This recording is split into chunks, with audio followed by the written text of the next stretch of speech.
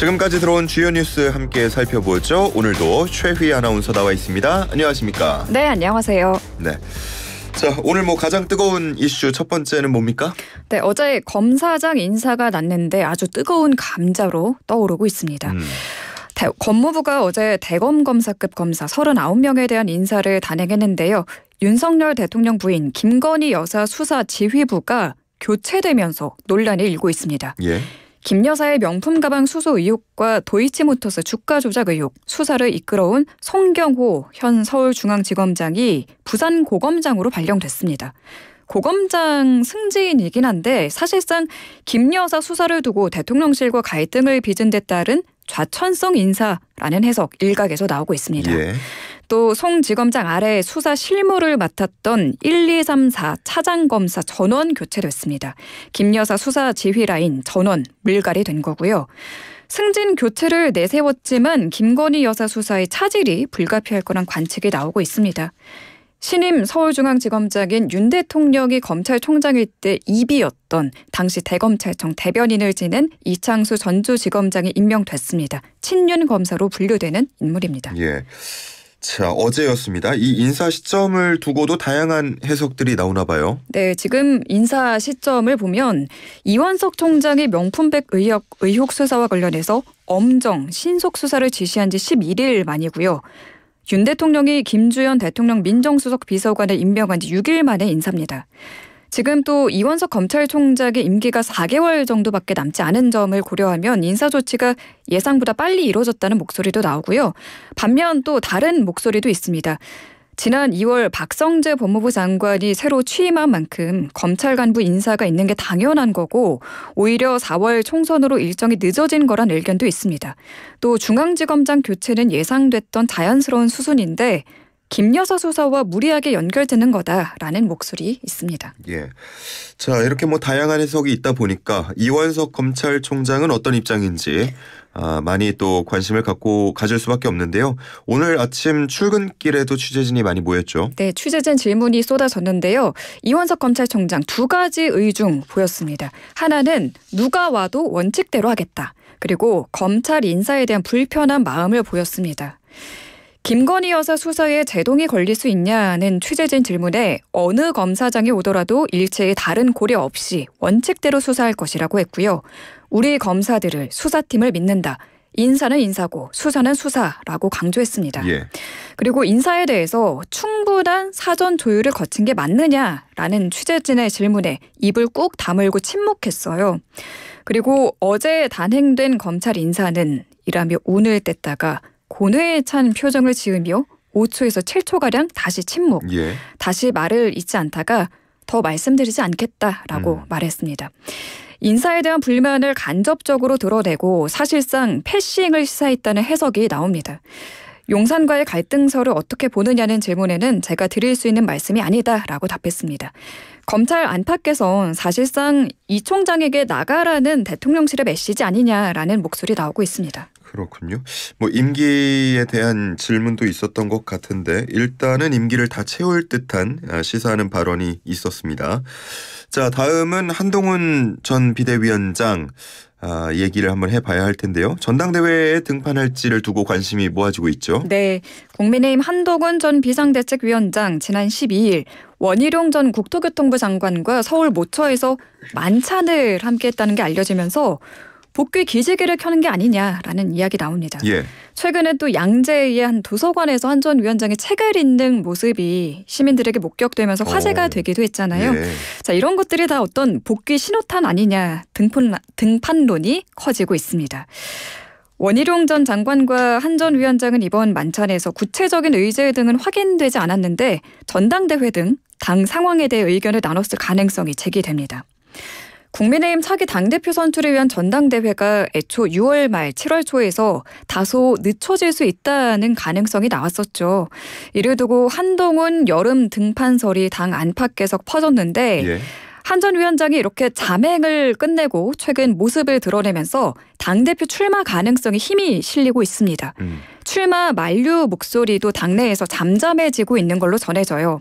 이철규 국민의힘 의원 어제 MBC 라디오에 출연해 본인이 판단할 문제지 왜 3자가 나가지 말라고 압박하느냐라고 말했습니다. 예.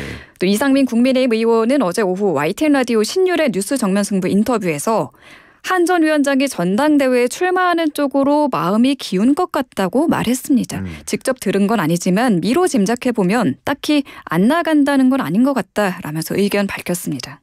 예, 그랬군요. 자, 다음은 오늘 아침에 윤석열 대통령의 장모 최은순 씨가 가석방이 됐습니다. 네, 잔고증명서를 위조한 혐의로 징역 1년을 확정받아 복역 중이던 윤석열 대통령의 장모 최은순 씨가 오늘 오전 가석방으로 풀려났습니다. 이날 아침 10시쯤 서울 동부구치소에서 나왔고요. 취재진이 셀프 가석방 논란에 대해 어떻게 생각하느냐, 이번 가석방이 대통령에게 부담된다고 생각하지 않느냐, 여전히 혐의 인정하지 않느냐 등을 물었는데 아무런 대답을 하지 않고 구치소를 떠났습니다. 예. 앞서 최 씨는 통장 잔고증명서를 위조한 혐의 등으로 실형을 선고받고 수감 중이었는데요. 지난 2월부터 가석방 심사 대상에 올랐는데 부적격 심사 보류 판정을 잇따라 받았고 이어 세 번째 심사에서 적격 판정을 받고 출소하게 된 겁니다. 형기가 끝나는 7월 20일보다 2달 정도 일찍 풀려난 거고요. 최 씨는 이번 가석방 심사에서 본인은 가석방을 원치 않는다라고 한 걸로 전해져요. 하지만 법무부는 형기와 교정 성적, 건강 상태, 또 재범 위험성 등을 종합적으로 고려했다고 설명했습니다. 예, 여기도 침묵이 있었군요. 자, 다음은 사건 사고 소식입니다. 오늘 첫 번째 사건 사고는 뭡니까? 네, 한 유명 프랜차이즈 카페에서 제조한 과일 주스에서 비닐 조각이 잔뜩 나와서 지금 발칵 뒤집힌 사건입니다. 예. 이 주스를 마신 5살배기 아이와 어머니가 병원 치료를 받고 있다고 해요. 오늘 나온 소식인데요. 연합뉴스에 따르면 세종시에 거주하는 한 부부가 지난 8일 아들이 마시고 있던 감귤 주스를 한 입 마시다가 목에 이상한 이물질이 걸리는 걸 느꼈대요. 처음에는 과일 껍질이겠거니 했는데 이걸 뱉어서 보니까 긴 비닐 조각이었던 거죠. 예. 아이가 이미 3분의 1가량 마셨던 감귤 주스에서 크기가 다양한 비닐 조각이 다량 발견됐다고 합니다. 주스를 마시고 이튿날 밤부터 5살배기 아이와 어머니가 복통을 앓고 구토를 했고요. 병원에서 급성 장염, 위염, 또 상세불명의 복통을 각각 진단받았습니다. A씨 부부는 카페에서 비닐에 보관한 귤을 믹서기에 넣고 음료를 제조하는 과정에서 비닐까지 같이 과일에 껴서 들어갔을 것으로 추정을 하고 있어요. 당연하게 믿고 사 먹은 것에 배신당한 기분이다. 미세 비닐이 아이 몸에 들어갔을지 부모로서 죄책감이 든다라고 하소연했고요. 식약처에 신고했습니다. 해당 점주는 고객에게 사과하고 보험 처리를 진행하고 있는 걸로 전해졌습니다. 이 프랜차이즈 카페 가맹점 본사도 제조 과정에서 과일을 소분해 보관하던 비닐이 유입됐을 가능성을 일부 인정했습니다. 예. 부모로서 죄책감까지 가질 필요는 가질 것도 같아요. 우리가 부모가 아니어서 예. 잘 확신할 수는 없지만 그렇지 않을까요? 아니 부모가 뭘 잘못했습니까? 예. 죄책감은 안 가지셔도 될 것 같습니다. 네네. 일단은 치료 잘 받으시길 바라겠고요. 자, 다음은 결혼을 했지만 미혼입니다. 이게 제목인데 이게 무슨 말이에요? 결혼을 했는데 미혼이라는 게? 네, 머니투데이의 기사입니다. 결혼을 하고도 혼인신고를 하지 않는 이른바 위장 미혼 비율이 빠르게 늘고 있다고 합니다. 예. 부부 5쌍 중 1쌍이 결혼을 하고도 1년 이상 혼인신고를 미룬 걸로 나타났는데요. 결혼 페널티, 대출 등에서 조건이 불리하다는 인식 때문인 걸로 풀이가 됩니다. 결혼하고 1년이 되기 전에 혼인신고를 한 비율은 최근 몇 년 사이에 낮아졌는데요. 2014년 89.11%였던 관련 비율이 2020년, 2021년, 2022년으로 갈수록 두드러지게 낮아졌거든요. 그만큼 서둘러서 혼인신고를 하지 않는다는 의미입니다. 반면 지연 혼인신고, 늦게 혼인신고를 하는 비율은 급격하게 늘었습니다. 지난해 기준 결혼 후 혼인신고까지 걸린 기간이 2년 이상인 비율은 8.15%였는데 2014년부터 2020년까지 5%대 유지되다가 2021년은 7.06%, 2022년 7.85% 지나며 7%대로 뛰었습니다.